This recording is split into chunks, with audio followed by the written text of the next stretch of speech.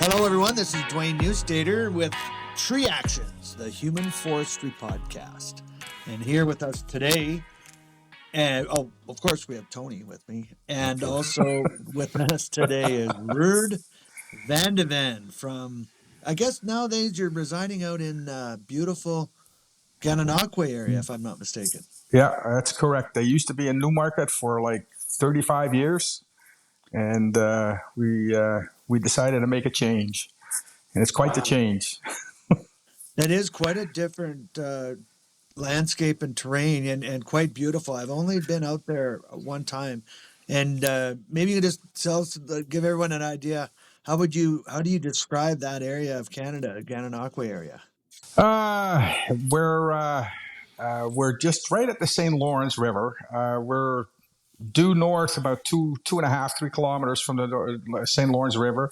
The Thousand Islands is out there, and it's absolutely beautiful. We're on a bit of farmland. We got 35 acres. It's relatively flat around here, but when you go a little bit further north, there's some hills starting. The Canadian Shield starts up there, and you got a lot of forest. But Yeah. here, we're on a bit of clay, and it's good farmland. Lots of people are growing corn, soybeans, stuff like that, and lots of cattle here too. So it's really nice. It's quite a different atmosphere here than living in town in Newmarket, which is just north of Toronto, great big metropolis. Yep. Newmarket had 90,000 people. Here we have 9,000 people in the county. Wow. So Quite the change. yes, it's quite a change. If there's 5 cars on the road, it's busy. So it's nice. So, well, that's interesting. You're obviously in the retirement phase of your career, or in that sort of stage. But how did it all get started for you? Where, like, did you know you were going to be an arborist, or how did the journey into the trees begin for Ruurd Van De Ver? Um, I'm originally from Holland. I had 2 years of horticultural college in Holland, and I got exposed to a little bit of arboriculture there, but more so the growing of trees, Okay. growing of flowers and vegetables and stuff like that. And then we came to Canada, where I went to Humber College, and I took the landscape technology program over there. And in the second year, you could choose between construction or arboriculture. And I wasn't much of a construction guy. So I thought, arboriculture sounds pretty cool. And that's when I started climbing trees. And it's kind of a bug. Once you catch it, it's hard to get rid of it. I still remember the first tree that I went up, a great big massive sugar maple, and it was pretty cool. So that's where it started. And my teacher there was Lewis Arnold, and he really inspired his students to do the right thing and to do the climbing. And most of the guys that were in that class, no, we didn't have any guys in the class back then, or girls in the class back then. It was all guys. Most of those guys are still in arboriculture, which is kind Wow. of cool. Yeah. So you got your would you get the apprenticeship, was it at the time, or diploma? No, it was a diploma program. And Okay. the apprenticeship program. This was the early '80s. No, Okay. late '70s. I graduated in '79. So Okay. the apprenticeship program hadn't even been thought of. Ian Bruce had started working on some program, like an apprenticeship style program for arborists, and that was in about 82, 83, something like that. And then that kind of went from there. So the Wow. apprenticeship program has been around for a while, and I've been involved with it for a long time too, teaching and helping develop curriculum and Yeah. stuff like that. So So how did the how would what would you say the world of agriculture was like in 1980? Like for you, like what were you climbing on? What was a day? What would a day of tree work look like in 1980? There was not a lot of equipment out there. We had a basic saddle. We climbed on taut line hitch. I did start with Manila rope. Didn't last very long. Arborplex was just coming out. So we switched from Manila rope to Arborplex, which was a godsend. Wow. And we climbed on taut line hitch. That was really the only friction hitch that we had back then. Yeah. Yeah. So, and there was a lot of free climbing. You get into the tree with a bit of a ladder, and then you start climbing up all the way up to the top to your tie-in point, and that's where you tied in, as opposed to what it is now. You put your rope in and all that kind of stuff. But it was just a rope saddle, handsaw, pole pruner, and that was it. Did you use a lanyard? Do you remember? I used a lanyard a bit, yeah, but not for climbing, just for positioning in the tree. Yeah. That's really what the lanyard was for. Either that or tie your chainsaw onto it. So, it seems like a common theme because I started a little later than you. It would have been like 88, so it was like 8 years behind you. But it's been a common theme that we keep hearing, and I think it holds true in the United States and Canada, where it's like back in the day, I guess you could say it was get in the tree and you went up to the top and tied in. And I remember being told, like, you tie in, if you need to cut something, you either put your lanyard on, or you hold on real good, so you got 3 points of contact, and your feet and hand counted. Yeah. And but you only do what you needed to do on the way up because you needed to get in and tie it in. That otherwise you were unsafe. But no one ever talked about being unsafe getting up there. No. And I remember we were at Forest Hill one time, and the ladder, we had a 30-foot wooden ladder. Yeah. And this thing was wobbly as anything. And it stood up in the tree, and there was another, about 15, 20 feet to go to the first limb. So you climb up to the top of the ladder, and you don't really put your lanyard around. No, you start climbing. You start bear hugging this tree all the way up to the first limb. Yeah. And you kind of climb on there, and that's when you kind of start climbing into the crown of the tree. But for 15, 20 feet, you're 40, 50 feet up. You're not tied in. You're just bear hugging this tree for dear life. You better not let go because you're done. Yeah, and that would have been like a pretty regular occurrence. That would have been a fairly regular occurrence, and that was the early 80s. Here in Ontario, we only just in 75 they finally got the Occupational Health and Safety Act out, the Green Book, and it's only been in place for maybe 6 years. So there was really no enforcement. There were no rules. Everybody just did what it needed to do to get the job done. So, right. And there wasn't a whole lot of tree companies out there either. You had probably in Toronto area, I would say maybe 6 or 7, maybe 10 at the most when I started. And it's a lot different now. There's probably close to about 400 or 500 out there. Right. And was it, climbing versus aerial lifts? Like aerial lifts weren't even near what they are today, were they? Oh, no. You couldn't afford an aerial lift, and nobody had an aerial lift except for the utilities when you had to do utilities. That was really the biggest thing for those guys. But even those guys, they still did a lot of climbing. Yeah. Like I worked for a company called Arbo Service, and it was a Quebec outfit. That would have been late 80s. And they had all kinds of training manuals to show how you could tie a ladder onto your truck so that you climb up the ladder to get closer to the wires, to get closer to the tree to make your pruning cuts. No bucket trucks. But you set the bottom of your ladder up against the tire of the truck, and then you have some ropes tied to the box of the truck, and up you go.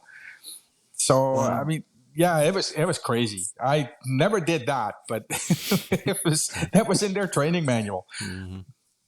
So Ruurd, I wonder what.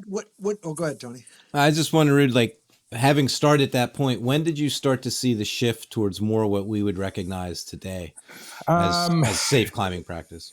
That would have been sort of in the 90s. There's more equipment came out.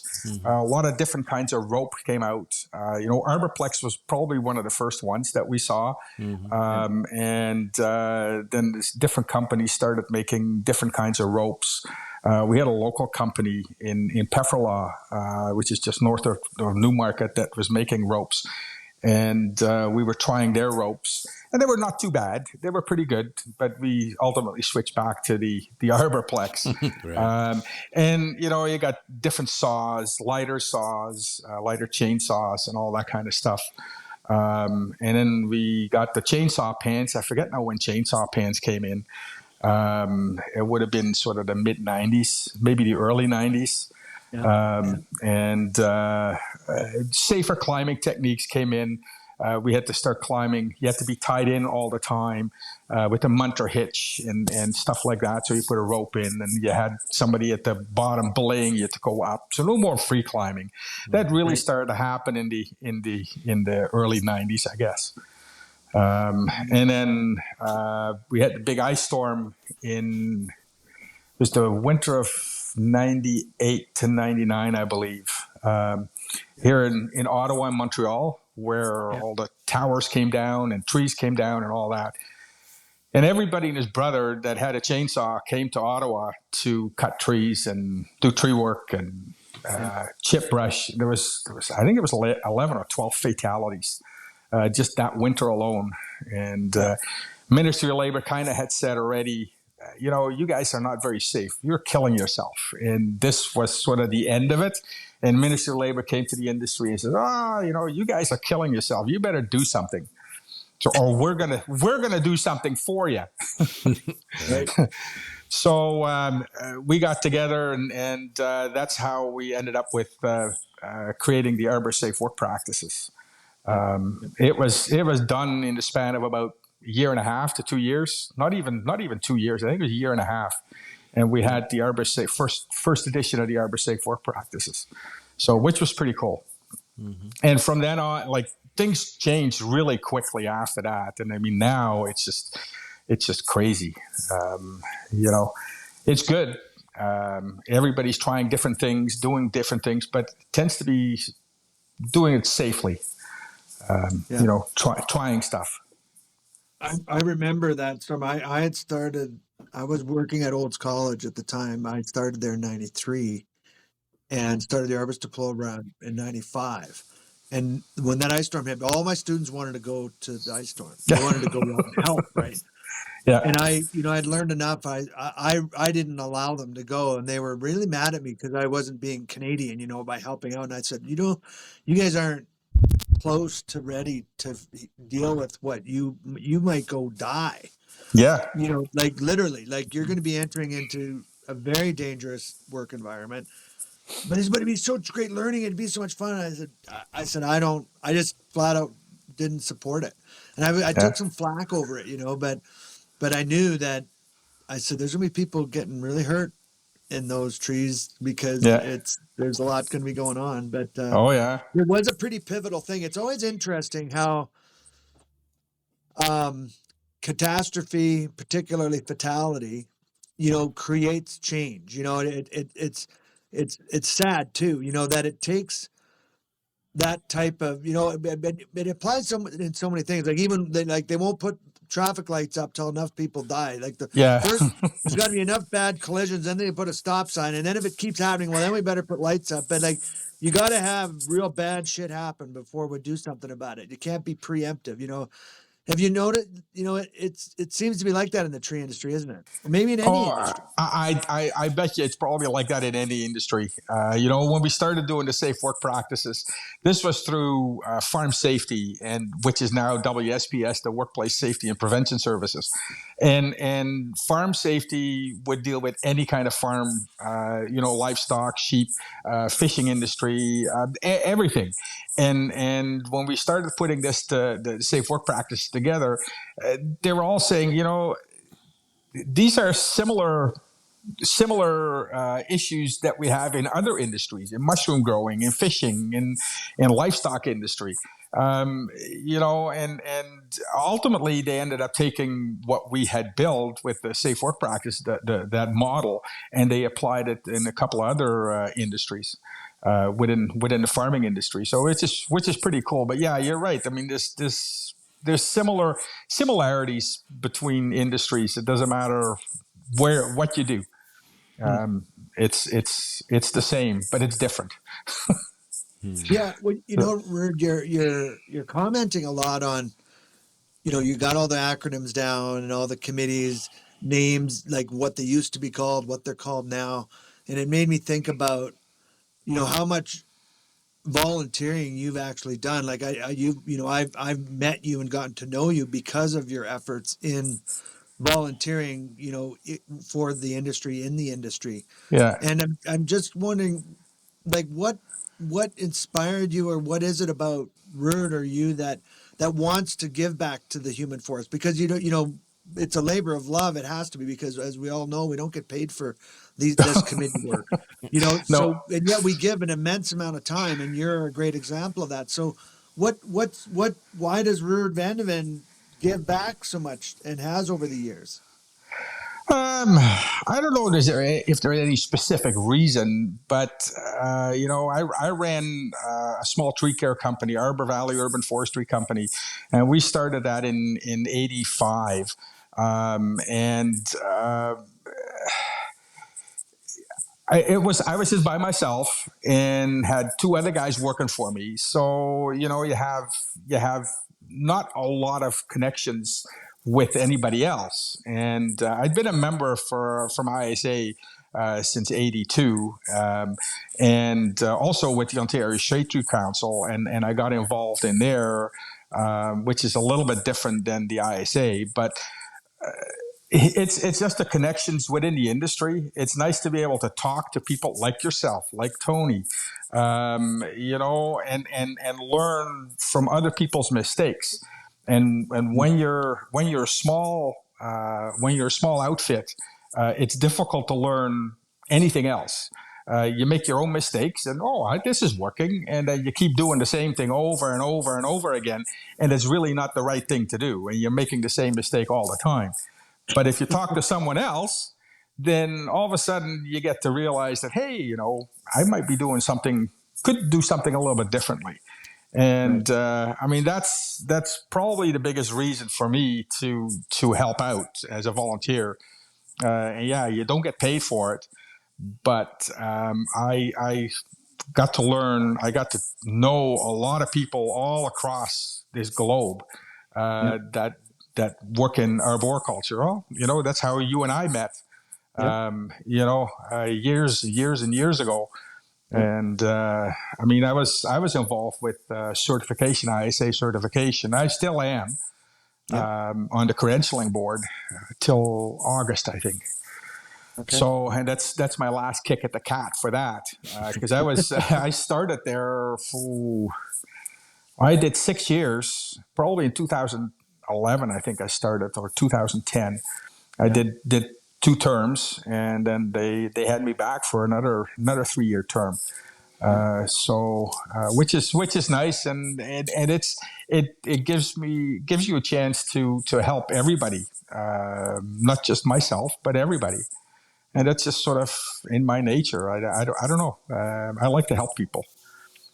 Do you feel there was anyone in your, either growing up or in your early days learning about arboriculture that was an inspiration to you, or can you think back to people that inspired you to be like that?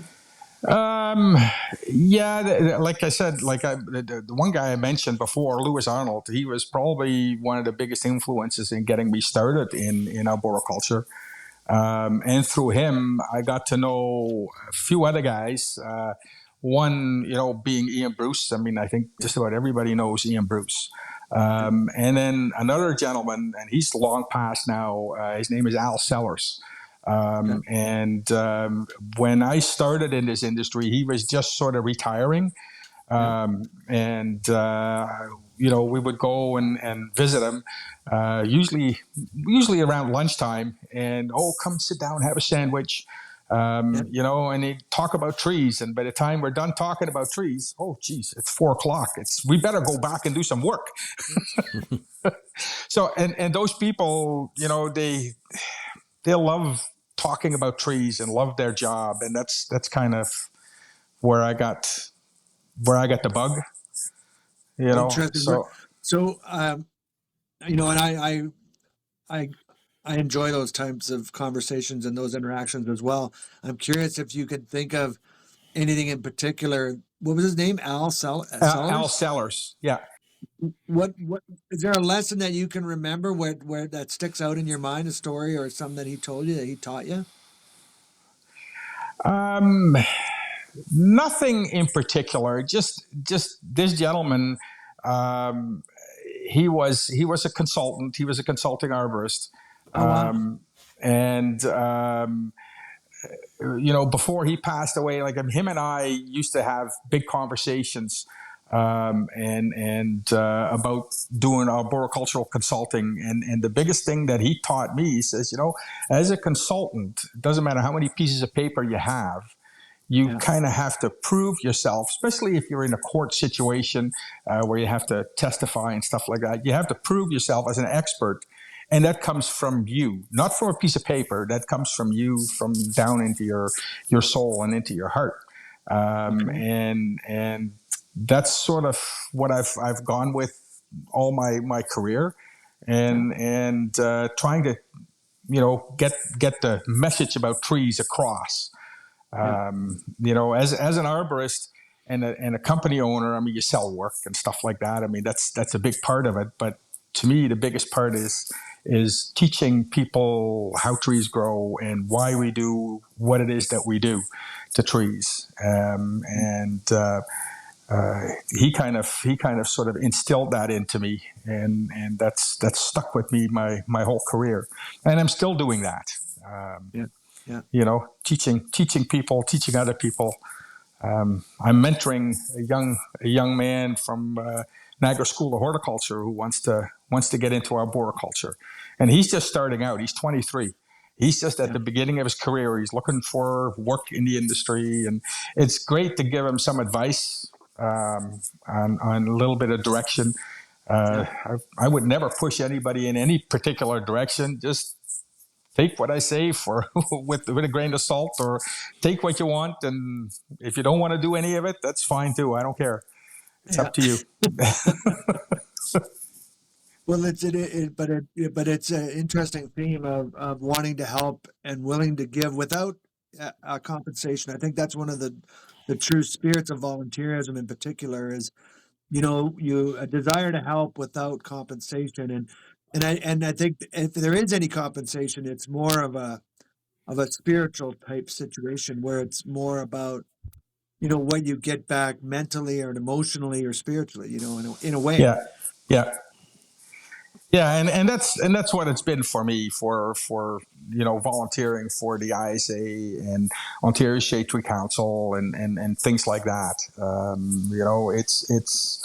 It makes me feel good. Makes me feel part of a bigger thing, a bigger community. What I notice, and maybe just I'm way off base, but I always notice this at ISA conferences. There's very few municipal workers at these conferences. Some of the supervisors are there, but having worked in the municipality for about 6-7 years, the last 7 years of my career, it's easy to see that some of these guys, they get very caught up in their own little corner of the world, and they work for a municipality, and it's a job for them. It's not a career. Some guys think it's a career, but it's more of a job for them, and you tend to not see them at conferences because they'll have to pay for it themselves. And they say to me, "Oh, well, your company paying for it." Well, it's my company, and the money has to come from somewhere. and if you want to learn something, you want to give something back. And I try to instill that on some of these guys, and it just a lot of it goes on deaf ears, and oh yeah, whatever. And you'll never see them. You'll never see them, which is unfortunate. It's another part, there is different aspects to the human forest, and that's why I like to call it the human forest, because the Yeah, forest is connected, and we do affect one another. And, I guess you can have, but if you're not a part of it, if you're not really a part of it, and you're not in it through a season or two, where you're, where you watch and witness the leaves fall and drop and come back, and everything that takes place in the root system, and all the connections and sharing of resources and connections with other things like fungus and so on. That's not just tree related. And not only that, but also the sharing and the connecting of others in the forest. Like you're talking about a remnant now, talking about Al Sellers,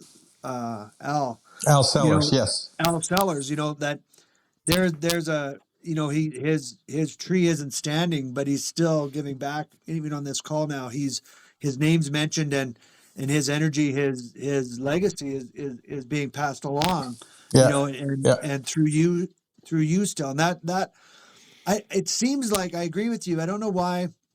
I don't want to, dishearten anyone in a municipality, because I think there are some, but there does seem to be something about, I don't know what the word is. But like when it's almost like when things are,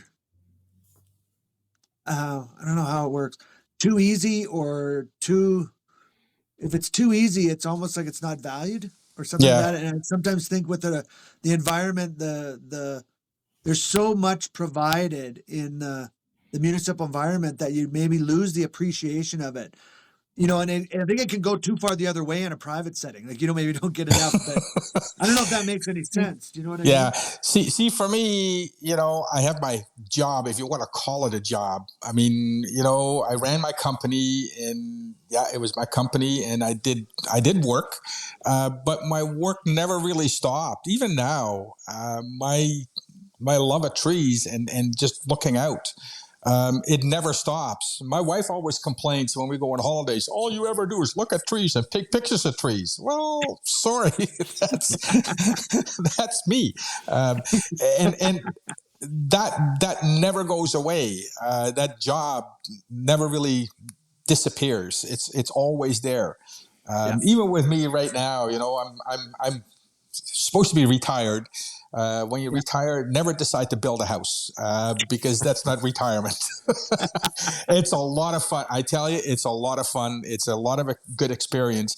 But I still look at trees. My neighbor came across the other day, and he's, "Oh, can you help me prune my apple trees?" Yeah, I'll come and help you prune your apple trees. I'll show you how it's done and stuff like that. This morning when I was in Kingston for my physiotherapy, we're on the 7th floor, and you're looking out, and you can start seeing the trees change in color. Yeah. And I mentioned that to the therapist. He says, "Oh, I never really noticed that." He says, "Well, that's kind of the little things that you notice when you're an arborist. You look at this stuff all the time, and the job never goes away." I can't speak for others, but I think some people in municipality, they treat it as a job. It's 9 to 5 or it's 7 to 4 or whatever it is. And then they go home, and that's it. They're with their family, and they tend not to look at trees in that sort of in that thing, because they don't get paid for it. Right. Well, I don't get paid to look at trees all the time either. No, no. It's more of a hobby that I end up getting paid for at some point, which is kind of nice. Maybe that's where the love, the difference between loving, they say when you do what you love, you don't work a day in your life. And, those of Yes. us that are fortunate enough to, and I don't think it happens to just arborists, but when you really find your vocation, I think would be Yeah. a term that you could use, where you really are in your wheelhouse, you're connected to what you're doing in a way that fulfills you and feeds Yeah. you. It isn't a work anymore. It's not a No. job, Yeah.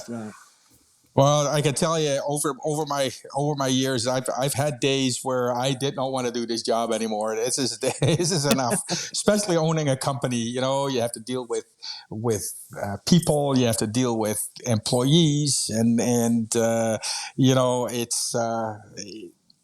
it can get pretty hectic, and then you get outside pressures from clients. Got to have this done and that done, and the tree's going to die if you don't do this tomorrow. Well, it's not quite that way. So you would have you've been, I think, well, 79. That's a pretty early start. So you would have seen the whole transition from flush cuts and pruning paint, all the way through to Shigo's traveling roadshow to where we are today. Like how did that come to bear in your career? How do you remember that unfolding and learning about Shigo and not? Well, learning about Shago was an interesting thing. I was still in school at Humber College in my second year, and the teacher comes in, and he'd just been to one of the ISA Ontario conferences where Alex Shago was talking, and he was talking about code it and all that kind of stuff. And the teacher comes into the classroom and he says, "Well, you know what I've been teaching you over the last year, forget about it. None of that is going to happen anymore. No flush cuts, no this, no that." And he says, "This is what we're going to do." And we had a crash course in Code It, and that's how we got to learn about Code It, which was very interesting.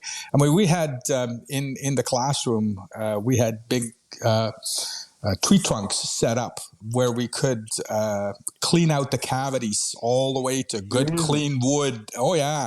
And then you put your herringbone pattern in it so that it would drain and all that, and put tar on it, and then you could fill it with concrete. Well, that all went by the wayside, and those tree trunks came out of there in a heck of a hurry. It was interesting. So that was my introduction to Coded, and it would have been in '79, I guess. Yeah. It's been said that never before has such long-standing practices been so quickly abandoned as when Shigo, particularly with pruning paint and flush cutting and cavity cleaning and filling. Yeah. Well, and luckily, I never had to really touch pruning paint. The old pruning, the paint pot on the side of your scabbard, and getting paint all over your pants, all over everywhere. I never had to deal with that, so I'm kind of glad for that. Yeah. I still have one of those old paint pots, but and it had some old paint in it, but it was never really used. Right. So. Yeah, I had one. I found a new one at a art supply store. They had one left just way in the back on a shelf, and I can't find the dang thing. I don't know what I did with it, but yeah, it's an interesting era that was a major shift. And I'm curious. You think like that was about 10 years, ahead of the climbing revolution, I think. Yes. Fair to say, like, right? Yeah. And about 10 years after that, that's when things really started to change. You started working more with pulleys. We got into, when you're doing rigging, we got into speed lining and all that kind of stuff. I mean, that was all new stuff that we got to play with. And then all the new equipment coming in, different saddles and different ropes and all the little gadgets that go with it. That was never really my thing.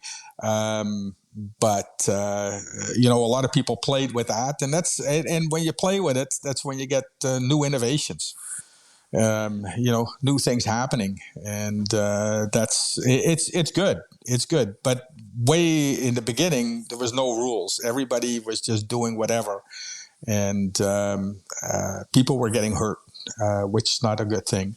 So I think that's much less now. People are a lot more aware of what's going on. Equipment is safer, and any new idea is generally researched quite a bit before it goes out into the general public, so to speak. What do you think was, we talk about Shigo being kind of a catalyst for change with pruning in particular, but what was there a person or any pivotal event that you could identify in your experience that created, that started the change, like, like where a teacher would come back from an event and go, now we're doing it this way? Like, was there anything that occurred in climbing and tree work that did that, or a person? Um, yeah, I don't. I know way in the beginning, you had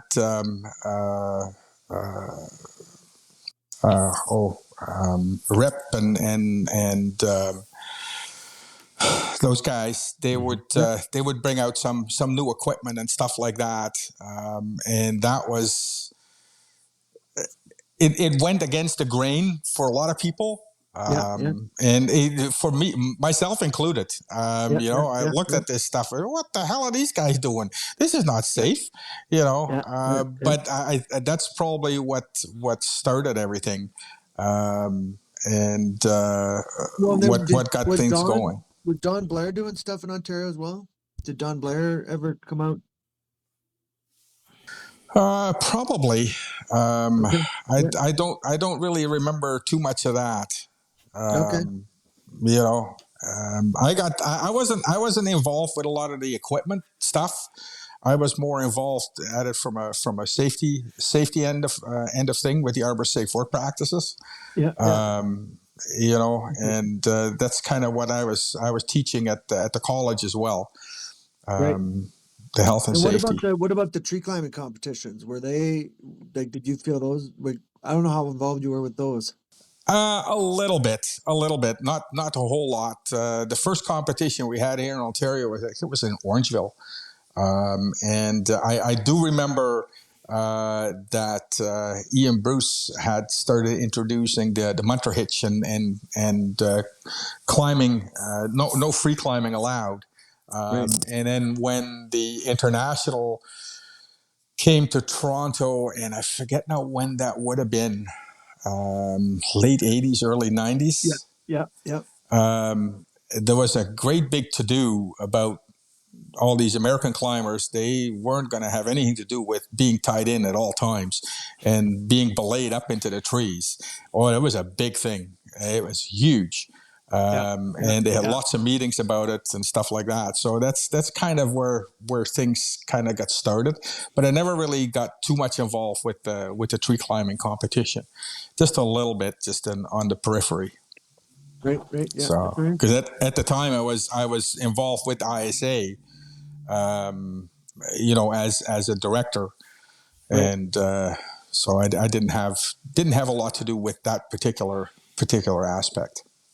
And was your company involved in all aspects? Like did you do plant healthcare as well, or was it more? Way back when, just about every tree care company did everything: planting, stump grinding, removals, pruning, plant healthcare. I mean, you name it, it was done. Now it seems that a lot of companies are very specialized. You have specialized companies that are very good at doing removals. That are very good at doing just all small tree pruning or larger tree pruning, tricky removals, climbing removals, stuff like that. Plant healthcare companies. It's a lot of the smaller companies now they specialize in something as opposed to doing everything. I mean, we used to do everything. Client asked us to do something. Yeah, we can do that.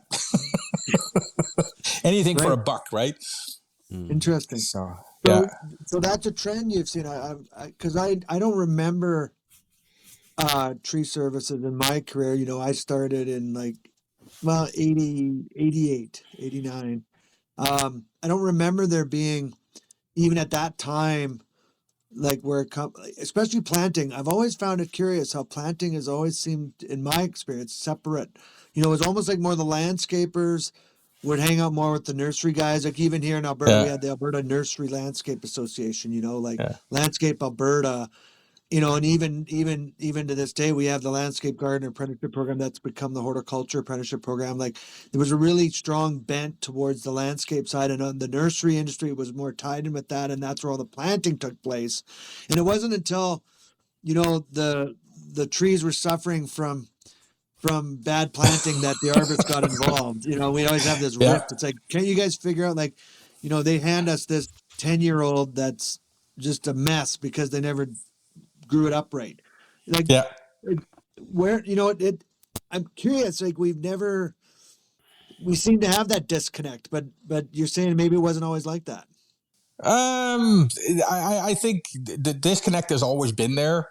And it's funny that you should mention that, particularly about the nurseryman.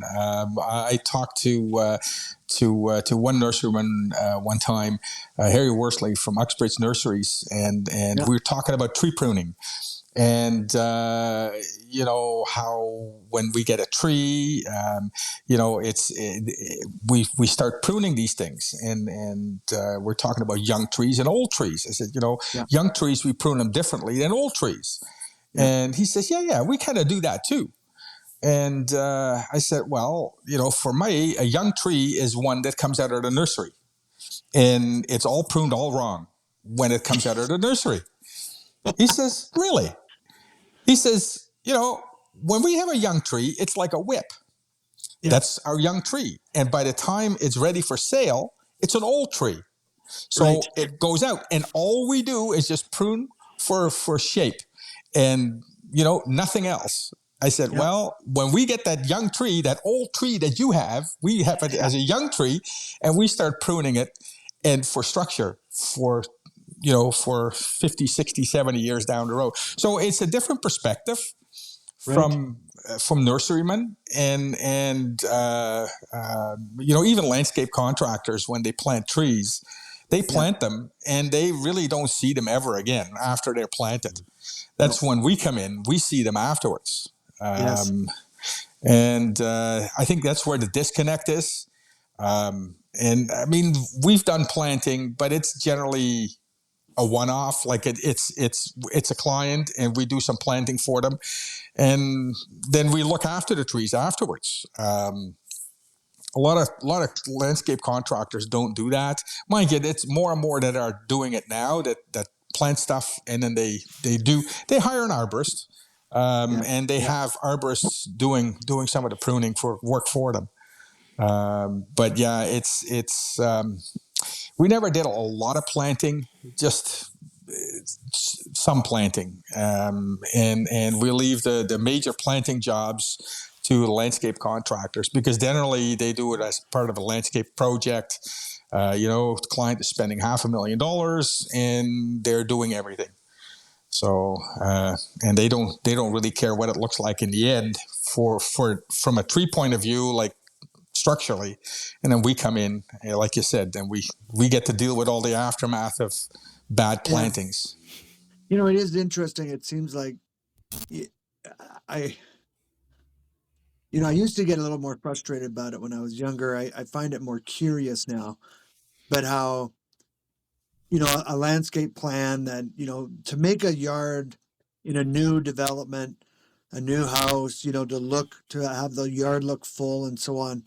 I can sort of understand why they fill the beds up and so on, right? But yet, if you think about it down the road, and will often an arborist might get in there, 10 years later, it'll muddle along for quite a while, and then a few of the shrubs will die or get choked out, and then there's the odd tree that actually finally gets established despite all odds, because people will say, well, if I planted trees, I guarantee you all the trees don't get planted properly the way you guys say, and look at all the trees that are alive, so there's always that argument. But what is it about, like, because if you took and planted a yard the way an arborist would plant it from the start, it would look pretty sparse in the beginning. Yes. You want to get your spacing right. Yeah. And so we never, I don't know that it's a problem that'll ever get solved, because it doesn't look like much at the start, and they grow into it, and so on. But there's certainly, it's interesting. Yeah, it's hard because, the people, they want to have a functional yard. And people don't realize that trees grow. They grow up, and you need to make room for the other stuff. If as a designer, you let the people know, hey, we're planting stuff now that we're going to take down in 10, 15 years time, people are going to say, well, why do I want to do that? And because I'm spending money on these things right now. So it's a difficult situation. So it kind of gets left. One of the first jobs that I worked on was a big, huge condominium in Mississauga. I was working for Lewis Arnold, the Shady Lane Tree Care, and this was a fairly new design, and they had so much plant material in all their planter boxes that we took out, in the span of about 4 years, we took out almost 70% of the plant material. And over time, you didn't even notice that this plant material had left because the other stuff had grown up so much that it was difficult. But if you have to tell that to the people right beforehand when they plant it, they say, well, why do I want to spend all this money on this stuff? They say, it's you want to make it look good in the beginning. Exactly. Yes, and it makes sense, and I think maybe it's just something that we have to learn to live with or accept, I suppose. Yeah. There's something that just popped into my mind when we were talking about this, Ruurd, and I don't know if you remember this in your involvement with ISA, but when I think I was on test committee or on certification board, do you remember when there was an initiative to come up with an ISA certified tree? An ISA certified, sorry, what? You're breaking up there. Oh, sorry. An ISA certified tree. An ISA certified tree.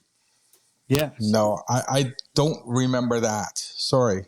Yeah, there was an initiative where they talked about coming up with an ISA certified tree. And basically a nursery could apply.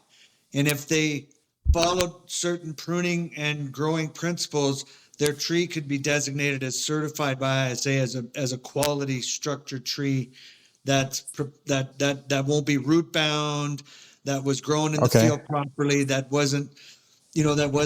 wasn't headed incorrectly, that had good structure, and it absolutely bombed. Like the nursery industry basically, put their fingers in the air real quick and said, "You guys can just take your stuff and shove it."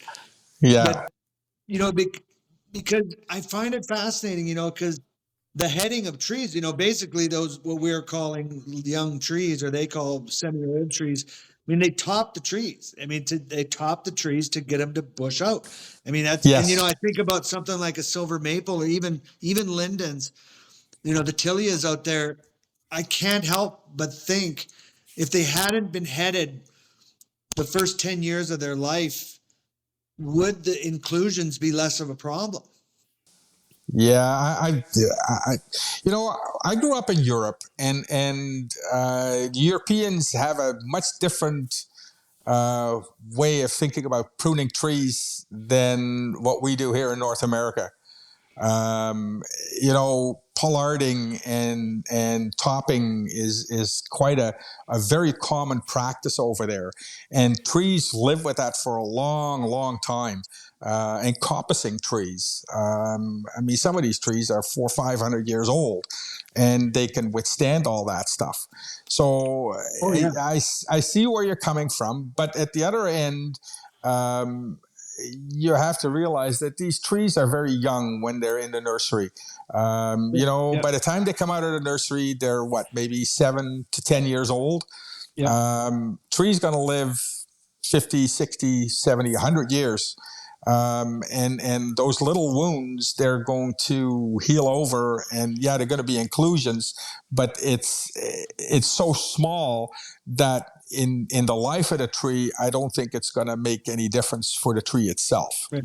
Well, and I think those trees like that you're talking about, that are pollarded properly. One of the things about it is they are done, they're pruned annually. Like you got Yes. 700-year-old pollards that it's not like they wait every 10 years, they go wallop them off, right? They do it every year. And I Yeah. think that frequency is what makes the difference too. There's an attention to detail. Like you think like, I'm always fascinated when I go train over there. And what I was the last time I was in Oslo, the guy that was, kind of helping me out and driving me around. He was the current president of the Norway chapter at the time, Roger, and they had the contract. His company had the contract to do all the Boulevard Pollards. Mm-hmm. So they had a window of time because they had to do it before bud break, and they had to prune off all the sucker growth, all the young growth of Yeah. all the pollards in Oslo. Like, I mean, basically it's just snippety snip, snip, snip. But they had a Yeah. lot, and he said, we only got another month left, and we got a month and a half to go, and Yeah. but what a different concept, that it's an annual event, and those trees were easily 100 years old already. Oh yeah. Yeah. Yeah. Yeah. Um, but it's very common over there, not so much Yeah, over yeah, here. yeah. But getting back to the small trees, it's the difference between getting a saleable product Yep. and what the nurseryman is looking for. And for us, we want to have good architecture and good structure in the tree Right. for longevity. And that's not what the nurseryman is looking for, because it would take them way too long to grow a tree and make $1 off of that. Right. So, but ultimately, in the life of a tree, and that's just my personal opinion, I don't think it's going to make a huge difference for the tree itself in the long run. And people will argue with me about that, but that's what I think. No, I agree. I think the biggest problem I see with trees as an arborist is the wrong tree in the wrong spot. Yes. And I think that's one of the things that Dr. Shigo really pointed out. But often gets ignored, right? Like trees will tolerate a lot. Yes. They will Yes. tolerate way more than humans will, and they have a longer time span to come to fruition and mature. But really, it's when you start to see where I see the biggest problem is it's just the wrong tree in the wrong spot. You can't have a Douglas fir that genetically could get 250 feet tall with 60 foot of circumference right next to your house. You just eventually something's going to give, right? Yes. Yeah. Or you can't have, the red oak that genetically could get 95 to 110 feet tall under the 35-foot power line. Eventually something has to give. And, like I said, it's all important. I mean, if you want a tree to thrive to its optimum, you got to start at the nursery and bring it all out. But I think you're right. I think that, we've been planting, I don't want to say subcaliber, but I mean, we've been planting trees coming from nurseries for a long time, and some of them do just fine. That's right. A tree will tolerate way more than the arborist. Yes, that's right. Well, Dwayne mentioned planting trees in new subdivisions, and that's probably one of the biggest things for trees to be planted in that subsoil, because that's really what it is. It's subsoil with a little bit of soil on top. It's not really topsoil. It's just soil that they put on top.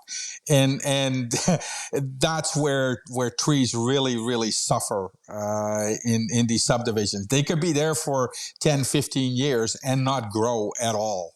And then once you as an arborist gets in there and you start doing some work, remediating some of the soil and doing some fertilizing, that's when the trees finally start to grow. When I moved into my house in Newmarket 35 years ago, it had a tiny little native red maple, Acer rubrum, on the front lawn, and it had small leaves and it was very yellow. I said, wow, I can bring this tree back to life.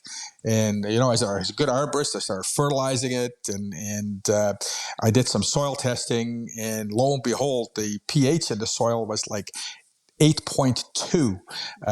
Well, I'm surprised that I could even grow grass over there. Right.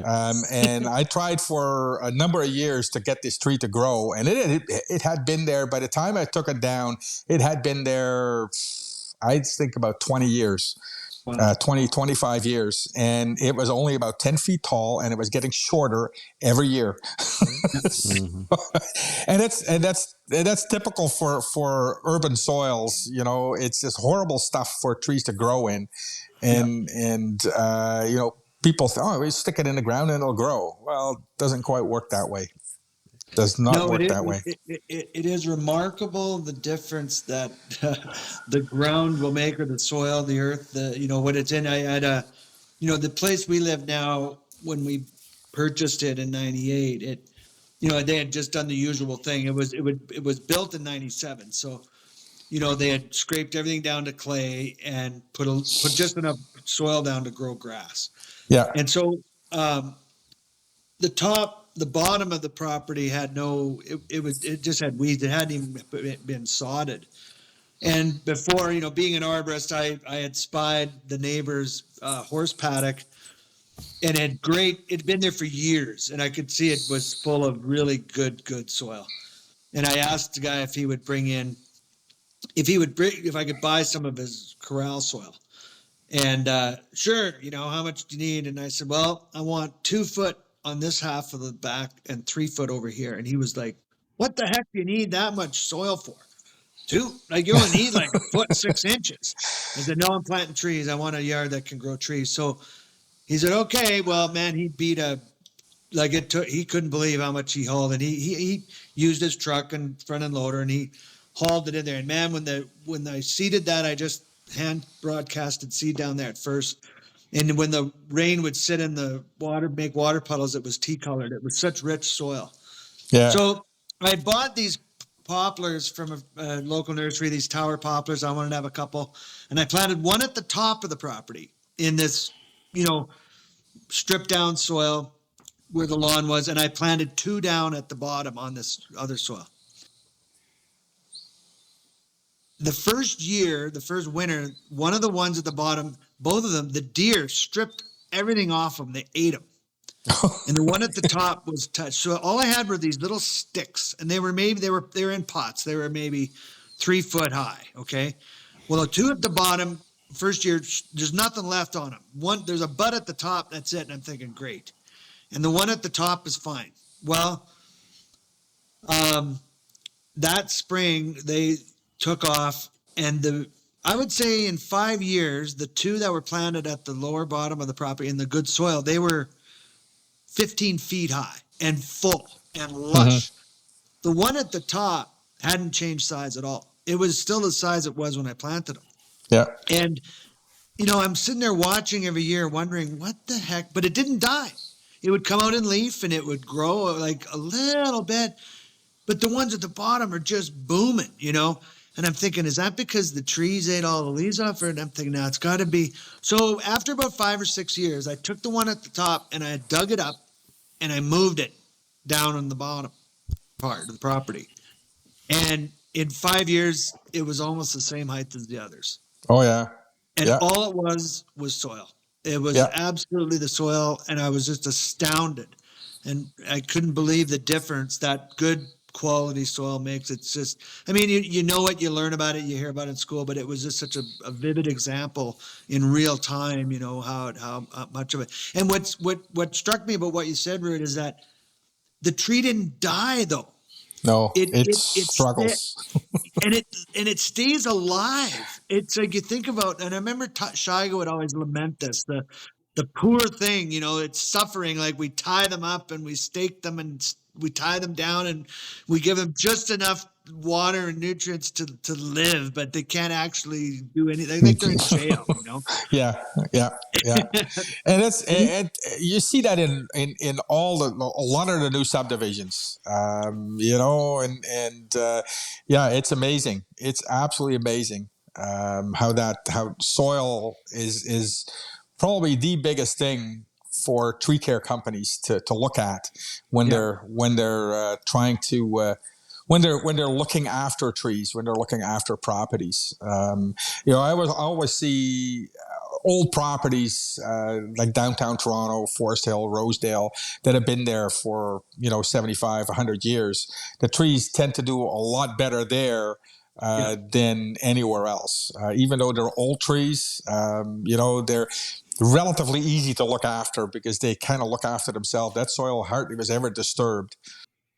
I agree 100%. I've noticed in my travels over the years that the older neighborhoods and the oldest neighborhood typically have, well, obviously the older trees, but the trees are actually healthier. And often I'll find in the real, the economic suppressed older neighborhoods where there really isn't any, it's even, crime might even be high, and it's low rentals or even abandoned homes, but where no maintenance is being done. Nobody's raking the leaves, nobody's spraying the grass, nobody's putting any chemicals down. They're not doing nothing but maybe, pissing on the ground once in a while because that's where they go. It's literally, it's like it's derelict from a maintenance standpoint, but the trees are thriving. They do really well. Yeah, and I'm thinking it isn't. I don't think it's the love they're getting from the people necessarily, but it's the fact that nobody's messing with. They're not taking away the leaves. The leaves are actually composting. You're actually getting a profile. There's we're not messing with the natural process that a forest has. That's right. And that's I've said it for years, and I agree, Ruurd. It's probably the biggest challenge that urban trees face is the urbanization itself, and this business of trying to make the forest and the meadows cohabit. You want to have the nice, perfect lawn under the beautiful tree. It's just it doesn't work. No, they don't occur in nature that way, right? They just don't. It never works. I remember one client I had in Barrie, Ontario. First time I met him, he had this great, big, massive crimson king maple on his front lawn. Beautiful tree. I mean, it's invasive as anything, and nothing really wants to grow under it. Not even grass wants to grow under it. At the best of times. And I get to this property, and there's beautiful, lush grass underneath this crimson king maple. Oh, what the heck is going on here? So I talked to him. I says, what do you do to make this grass grow? He says, well, that annual ryegrass, it's spread out here every 3 weeks. I put new grass down. That's what makes it look so good. Yeah. Well, annual rye grows in the shade, and it germinates in 7 or 9 days. Yeah, and then the shade kills it off, and I'll put some more down. Yeah. Well, that's one way to do it. And even in that model, the dying and the ryegrass dying even puts some nutrients back in the soil. So he might have had it figured out. Oh yeah. No, but this tree was beautiful, and it's Crimson King is not one of my favorite trees. It's nice to look at, but that's about it. But I thought it was kind of funny. But yeah, soil is so important, and when planting trees, and it's so important to do it right. Get a big hole in the ground, bigger the better, and that doesn't always happen, especially when municipalities planting trees in tiny little boulevards. And time is money. We could dig a little hole, put it in, and away we go. We get a 2-year warranty out of the tree. The tree will live for 2 years in a pot, so we'll be fine. Yeah, and then you end up looking after it afterwards. Well, it's interesting. We call this the Human Forestry Podcast, and here we are talking about, what the difference in a tree is to make it survive or thrive. And I can't help but think about some of our conversation where we have those that are surviving in the industry of arboriculture, and then those that are thriving in the industry of arboriculture. And I wonder, how can you relate the way trees and being part of the human forest, being in the trees as your career and it being a passion for you, how has that enriched the soil of your life, would you say, Ruurd? How has trees impacted you personally, not just professionally? Trees are everywhere. I mean, if we didn't have any trees, then we live in a desert. Mind you, desert is kind of nice to look at too, but I don't think I'd want to live there. the biggest compliment that I ever got was from my youngest daughter. She went to school of horticulture, and when she was in high school, she always would say, well, why do I need to know all this tree crap? This shit that I need to know about trees. Well, when she went to the school of horticulture, I think she still knows a lot more about trees than I do. Even right now. And when she went to the school, she took arboriculture there, and I forget now who the teacher was, but the teacher would ask her, "Oh, is this correct?"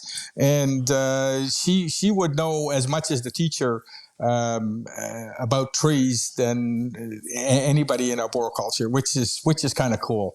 And she just learned it from absorption. I mean, she started going with me when she was 5 years old to the jobs and looking and listening and every so often she would pick up a pruner and do some work. But that's probably that's the biggest compliment I think that I've had from trees. It's which is pretty cool. So you're saying the way it's the way your love and passion of trees has grown, you has connected with your daughter in a way that she, even her knowledge has expanded because it started so much younger that it's exceeded that of the teacher potentially. Yeah, that's right. And I mean, she's not into trees. She's into landscaping. She doesn't want nothing to do with trees, but she still knows. You ask her something, and she'll give you a good answer, and she knows everything, and she constantly asks me for advice. And I said, you know all this stuff. You don't have to ask me. And so I just want to double check. Well, you don't have to double check. You know this stuff. So which is kind of cool. Yeah, I think anyone that there is in the family of arborists, I think that's why it's often quite a generational industry or business, but my son, one of my sons is in the industry and the other one is a fish and wildlife officer. But even in that career, he's still, he can't fully escape his roots in trees, no pun intended. Well, it is and it isn't intended, but interesting thing, like he gets asked to do pruning and removals for fellow officers and because they know that he has the skill, and he does, and he just does know stuff about trees because he grew up in it, right? It just comes natural. Yeah. And people that have grown up in it, they make the best arborists, and not that you have no good arborists that learn it as you go along, but they learn it from an early age, and trees will always be with them their whole lives, their whole careers. So how is I like that statement. I'm just curious how you explain that to someone. How do they stay with you? How are trees? What do you mean when they're with you? Well, I mean, we live amongst trees. I consider them sort of my little babies, that I look after. They're part of the family, so you got to look after them, and it's kind of heartbreaking when you have one that doesn't make it, and that kind of ultimately you have to put it down. It's like putting a pet down. It's a tough decision that you have to make. It's not always easy, but I think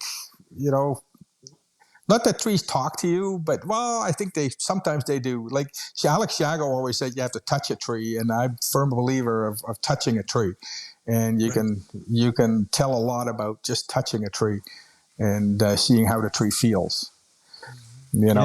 So I agree. Yeah.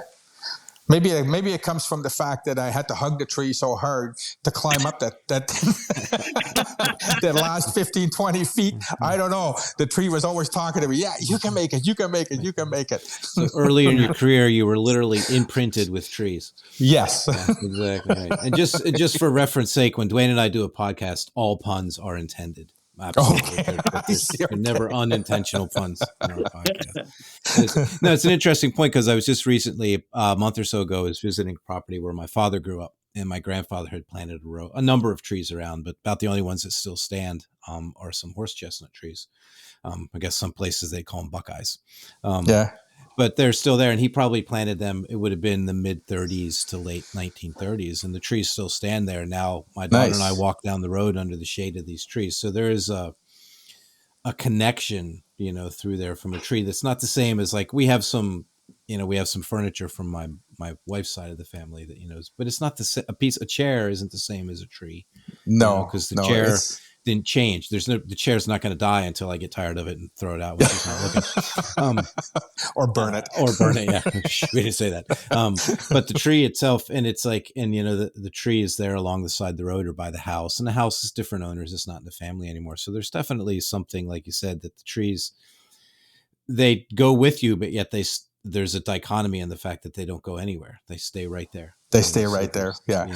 Well, I mean, how peaceful is it to walk in a forest when, just by yourself and listening to nature, and just, it kind of de-stresses everybody just to go for that walk in the forest. I used to do that a fair bit. When stress got to me, you just get out of the truck and between clients and go for a walk in the forest for a bit. And it kind of calms you down. And brings you back to reality.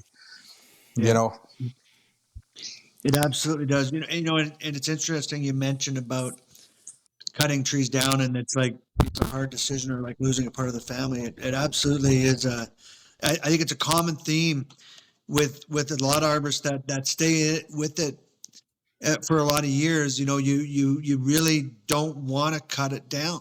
You'll. I don't know how many times I would talk a client out of cutting a tree down. It wasn't really. It was more what I wanted than what they wanted, but I couldn't help myself. And I remember one time being on a contract. We were doing a training course. Was at the University of Saskatchewan, and there had been an expansion. They were expanding one of the buildings, and so there was this area on campus that had old mature trees that were needed to be removed because of the expansion. And they were very nice trees. There was nothing wrong with them. And so the grounds guy said, well, you guys may as well cut over here because these trees they're all slated for removal. Like in 2 weeks, they're all gone. Yeah. So you guys can cut them. And they were perfect trees on campus, and I couldn't do it. I just couldn't do it. I said, like, well, is there anywhere else? He's like, well, why wouldn't, these are perfect trees. So, well, that's the point. Like, so some guy in a bulldozer ended up shoving them over, but I just couldn't fell them because I didn't want to be the guy that did that. Yeah. It just didn't feel right. No, like I knew they were going to be removed, but at the same time, it just, it doesn't have to be my blade. I don't want to be the executioner. Just in case you get to the pearly gates and your higher power is actually an oak tree. Like, oh shit. Yeah, there's a tree standing there waiting for for us. Oh, you guys. Oh yeah, they just point us right to the down escalator. Like, hey, you're out here. I didn't know. You belong where the firewood belongs. Yeah, exactly. Yeah.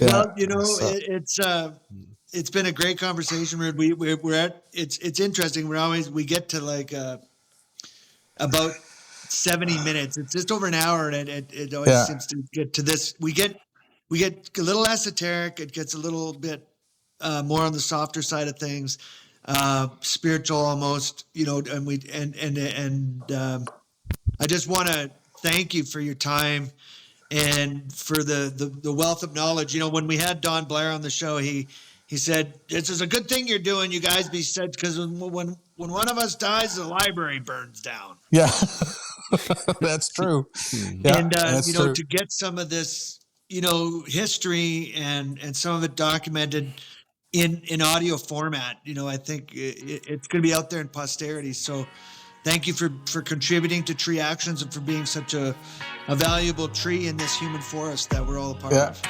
Well, thank you for having me. It was enjoyable. Thanks. You're welcome.